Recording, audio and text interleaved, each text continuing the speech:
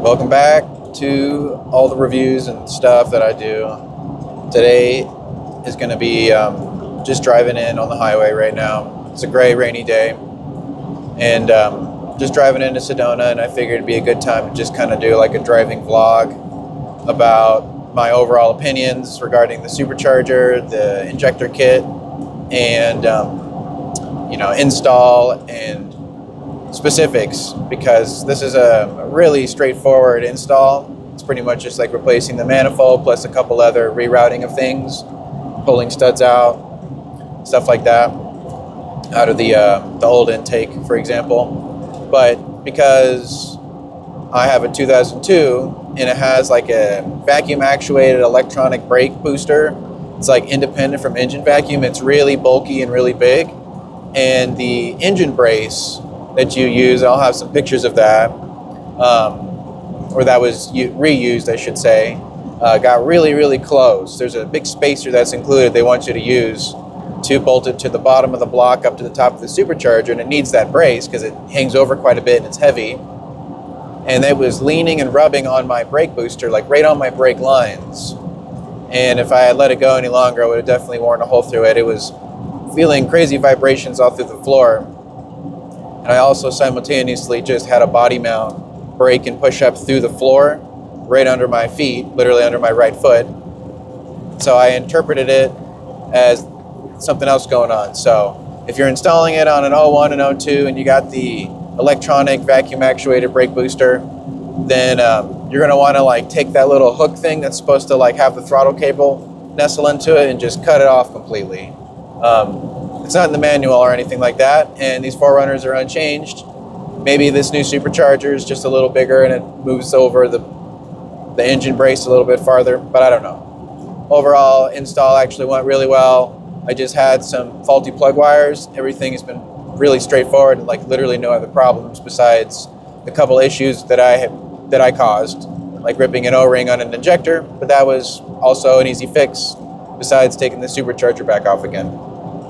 Otherwise, took me like 5 hours, 6 hours overall straight time, just installing it, plus all the other things like taking off the intake and cleaning up and doing valve cover gaskets. But now, after you do it once, it takes maybe about an hour tops to get it off. It's pretty easy going now, actually. So that said, it's straightforward to work on if it needs to be pulled off. Maintenance is pretty easy. It's all on top of the engine. And in my opinion, just going to be easier to work on than a turbo setup. Not to mention all the exhaust and stuff like that. It leaked a little bit out of the snout. Well, I don't know if it was just residual fluid or what, but it kind of like leaked some of the machining fluid out of it for like the first week. It was just a little wet underneath the snout. Otherwise, Supercharger itself is perfect. It's just as quiet as everybody else says it is. And right now my torque converter is going out. It's on the way of starting to actually give me problems, but right now it's just really loud and whines a lot, and it sounds like a really, really loud power steering pump going out, but it's definitely my torque converter, and that might actually be holding me back a little bit performance-wise. Overall, though, it's really loud and whiny sounding, and it sounds kind of like a Supercharger, which is just kind of ironic, because you can't actually hear the Supercharger, and the torque converter is so loud driving around town, and people are like, oh, is that thing supercharged? It's kind of funny, actually. But I do need to get that replaced. Overall, it's really quiet, even just revving it, in park, with the actual like throttle body. It's really, really quiet. Like basically you can barely hear it wind up. It's mostly the blow off that you actually hear. And my engine fan is just so loud as well. Even when it's running hot, it's still louder than just everything. So it's kind of cool in that way where it's incognito. Like no one's really going to know you're supercharged. Everybody wants to flaunt it, but whatever. And even with the snorkel, even with the intake literally right next to my head on the window on the passenger side, you can still barely hear it. So I do have the intake silencer still in, and I'm sure that's going to make it a lot louder, but overall, really quiet Supercharger. So that said, at 3,500 to 4,500 feet, supposed to make 6 psi at sea level. I'm making about 5 to 6 psi at my elevation, which is really impressive overall. So overall, the Supercharger has been nice and consistent. I was running a snorkel pre-cleaner. Well, that's what I've been using for years. With a naturally aspirated engine, you know, not going to hold much back, but I wasn't thinking about it too much, honestly, about it holding it back. I thought the air filter itself had an older air filter. It wasn't that dirty, but it's a few months old. Replaced it, still kind of getting boost, getting 5 PSI around like 4,000 RPM and hitting about 4 PSI right about 3,000 RPM. But just wondering why I was taking so long to get up to 5, and swapped out my pre-cleaner for the old school like elbow style intake, generic eBay style snorkel intake. And even though it's raining out right now and it's probably choking up a little bit of water, it's much more peppy. And especially in first gear, I was pretty bummed out by just how lazy it was in first gear, honestly. And then also at the same time, it's getting 5 PSI now, like a little before 3,000 RPM. And this is all before tune and everything. So, you know, obviously boost isn't going to change specifically, but in terms of peppiness and how much, you know, the engine's going to utilize the boost is going to change.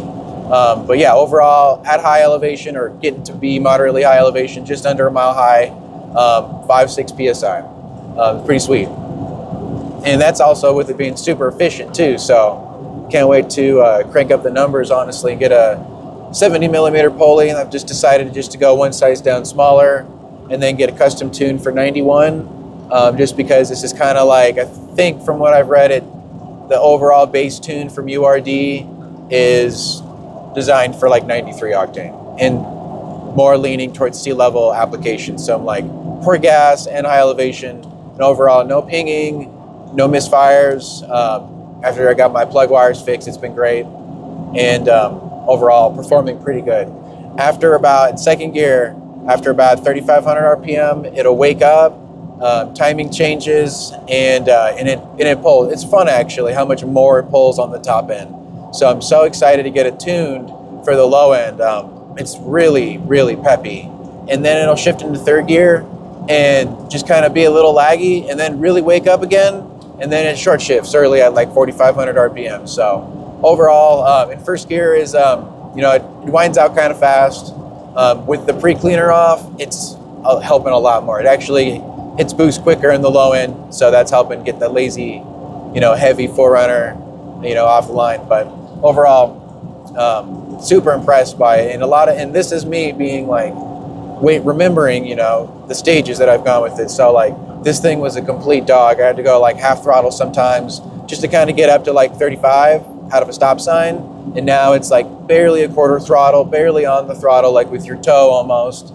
And to maintain speed versus before, where any little incline I'm downshifting. You know, we're about to go up a 7% grade right now in Sedona, and you know, of course in video it's not really a big deal, but as we're driving along here, it'll be more obvious.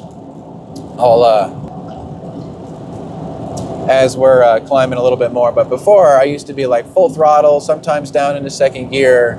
Right now I just downshifted, and I'm actually accelerating from 55, slowly climbing up to 60 here. It's a little higher than that, so it's probably like 58, climbing up to like 72.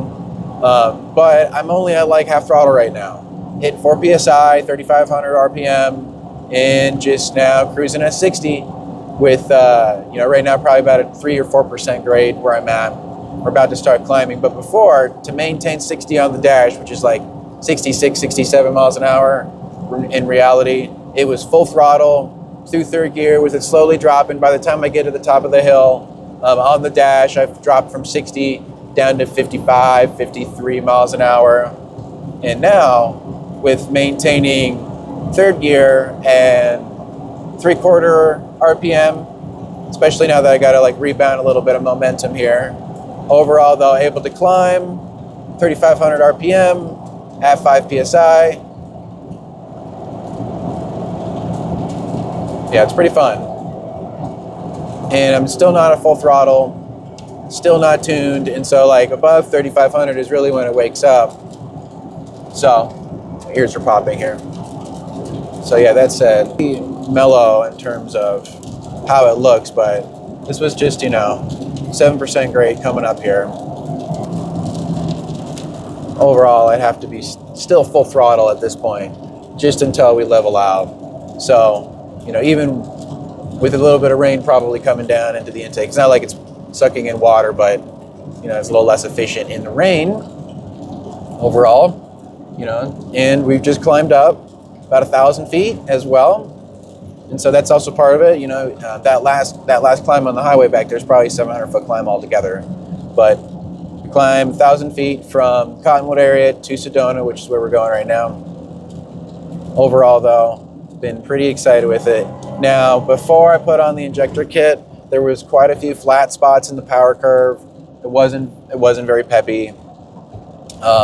There would be like a couple times, like in second gear, as it was like, you know, starting to wrap out the RPM, where it would wake up again. But once I put on the 7th injector kit, of course, AFR is perfect. Not getting any of that pinging issue that people are getting, low RPM, high load, low gear, climbing up a hill. I'm not getting any of that. I'm also on 35, so I'm just lugged down a lot more. So I'm probably downshifting a lot more often than somebody would, you know, on stock tires or something like that. But overall, I can tell that there was a mild performance upgrade. So in my opinion, seat of the pants, Supercharger alone is supposed to give something like, at sea level, I think it's like damn near 80 horsepower.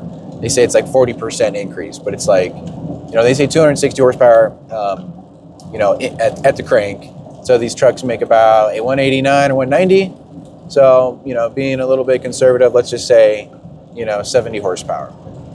And so right now, in my opinion, also not including not a good power band, kind of a shitty power band, but just overall peak power, in my opinion, seat of the pants, is probably going to be like 50 horsepower. And I'm at elevation too, which makes sense. And so it's untuned, obviously. And, you know, I'm also on 91 octane too. And 273,000 miles on my engine. So can't really blame it, but 50 horsepower is what it felt like. It was just significantly right off the bat, but also a little bit weird on the power. And then put on the injector kit, and it feels like it was able to squeeze about another maybe 15 horsepower, but just a much more convenient power band. So it does feel like it pulls a little bit better. And AFRs are getting really rich, like all the way down sometimes to like 10 and a half. I've seen even 10, which is as low as the gauge goes. So you get just one extra 1000 cc injector and it can get very rich, which is pretty cool actually, how much extra fuel you can get. Plus there's the cleaning effect. So my intake was pretty gnarly. It wasn't like super gunky, but just like coated all the way. So probably the first, you know, 100 miles was just cleaning it out and just eating oil. But at this point, you know, I've had several tanks of premium. I also did run octane booster, like the good stuff from VP Racing, where I really boosted up like 5 points or something like that max, realistically. And it does seem to be a little bit more peppy in terms of throttle response. So the computer is like trying to learn a little bit right now.